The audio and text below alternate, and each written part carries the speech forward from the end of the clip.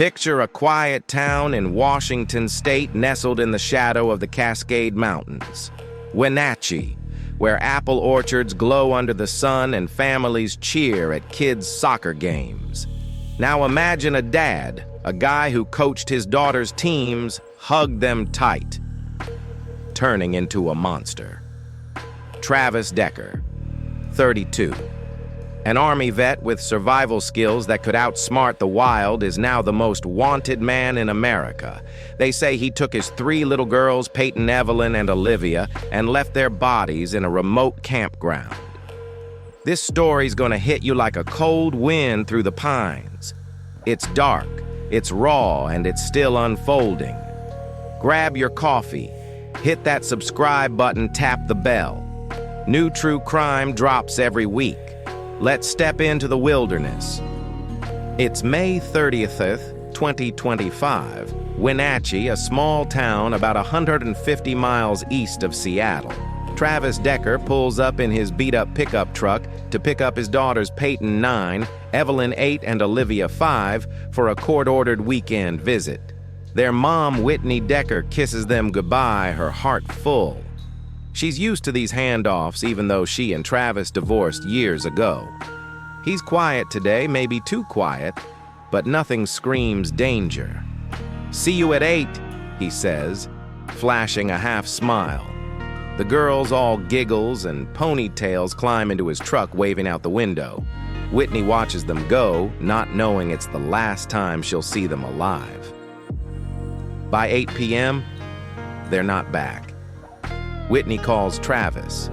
No answer. Her stomach twists. She dials the Wenatchee police. Something's wrong. May 31, panic sets in. Whitney reports the girls missing. The cops issue an endangered missing person alert, plastering Peyton, Evelyn, and Olivia's faces across Washington. Friends, family, even strangers join the search, combing Wenatchee's parks and trails. Travis, an Army vet who served in Afghanistan, isn't just any dad. He's a survivalist trained to live off-grid, vanish into the wild. Cops dig into his past court records, show Whitney warned about his mental health last year, saying he was unstable, living in his truck or motels. Still, he showed up for dance recitals, soccer games. Loved his girls, Whitney thought. But his Google searches tell a darker story: how to move to Canada, jobs Canada. Was he planning to run? June 2nd, the nightmare breaks open. A Chelan County deputy finds Travis's truck at Rock Island Campground, 17 miles southwest of Leavenworth, deep in the Okanogan-Wenatchee National Forest. 2 bloody handprints stain the tailgate. Down an embankment about 75 yards away, they find the girls. Peyton, Evelyn, and Olivia, their wrists zip-tied plastic bags over their heads. Suffocation, the coroner says. Homicide. Whitney collapses when she hears her world shattered. The campground, once a spot for campfires and s'mores, is now a crime scene. Travis is gone, his dog left behind, handed to a humane society. Blood on the truck matches a male, likely Travis. Another sample isn't human, probably the dog's. The manhunt kicks off, and it's massive. June 3rd, Chelan County Sheriff Mike Morrison steps up to a podium, his voice heavy. "Travis, if you're listening, turn yourself in. Do the right thing." The U.S. Marshals offered $20,000 for his capture.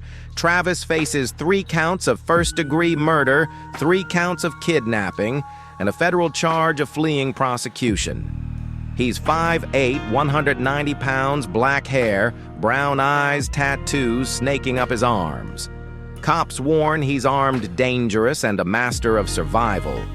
The Cascade Mountains, with their dense forests and rugged peaks, are his playground. He's hiked these trails, camped for months, off-grid. Locals in Chelan, Kittitas, and Okanogan counties lock their doors, leave porch lights on check trail cams. The FBI, National Guard, and Border Patrol join in helicopters, buzzing drones, scanning the pines. By June 7th, the search expands. Trails like Icicle Creek and Johnny Creek close campers turned away. The National Guard deploys air surveillance sweeping Tenaway Valley and Blewett Pass. Cops find new leads. Travis's phone pings near Ingalls Creek and his searches for Canada keep popping up. Was he trying to cross the border 150 miles away? A sighting in McCall, Idaho, 450 miles southeast, stirs hope, but Sheriff Morrison shuts it down. Not him. X posts explode. One Beth Dutton shares his wanted poster begging people to spot his tattoos. 901 Lulu says cadaver dogs are out hinting Travis might be dead in the woods, but Morrison insists he's alive, moving, dodging capture. He's surrounded, he says. He'll slip up. June 11th. Morrison's voice cracks at a press conference. We've got items of interest, he says. Not spilling what? Maybe clothing gear, something Travis left behind. The sheriff's blunt. He's got a lot of ground to cover and he'll tire. The search narrows to Blewett Pass, a brutal stretch of cliffs and forest. K-9 units sniff the trails, infrared drones hum at night. Whitney's lawyer, Ariana Cozart, speaks for her. She's grateful for the cops. But it's hell. Whitney blames the system, no mental health support for vets like Travis. She'd warned the courts he was slipping, but no one listened. Now her girls are gone, and she's left with their stuffed animals, their unopened birthday gifts. June 17th, new photos drop. The Chelan County Sheriff's Office releases digitally altered images Travis with a shaved head, a thick mustache, or long hair under a baseball cap. He's a chameleon, they say, blending into the wild.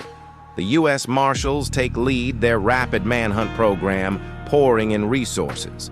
Over 500 tips flood in hunters, spotting a lone figure cabin owners, finding broken locks. Ex-users like L. Brian Enton keep the story alive, posting about a flashlight sighting in the woods.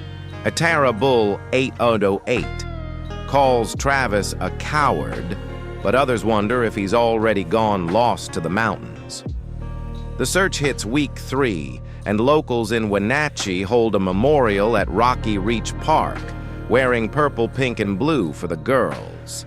Whitney weeps, clutching their photos. June 26, a breakthrough. DNA confirms the bloody handprints on Travis's truck are his. King 5 TV reports it, saying it ties him to the scene, no question. Cadaver dogs sweep the forest. Some think he's dead, starved, or frozen. But Morrison's not buying it. He's a survivalist, he says. He's out there.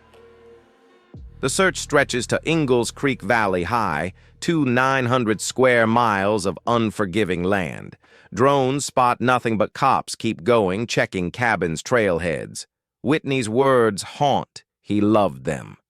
How could he posts I'll Murder You podcast buzz with theories, PTSD, a snapped mind, or something colder?